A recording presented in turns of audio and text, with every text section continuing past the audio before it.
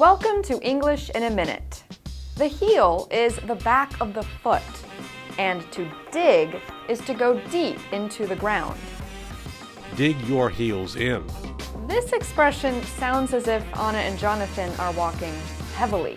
Our work party is going to be at a skating rink? Yes, Olga planned it this year, and that's what she wants. But not everyone in the office can roller skate.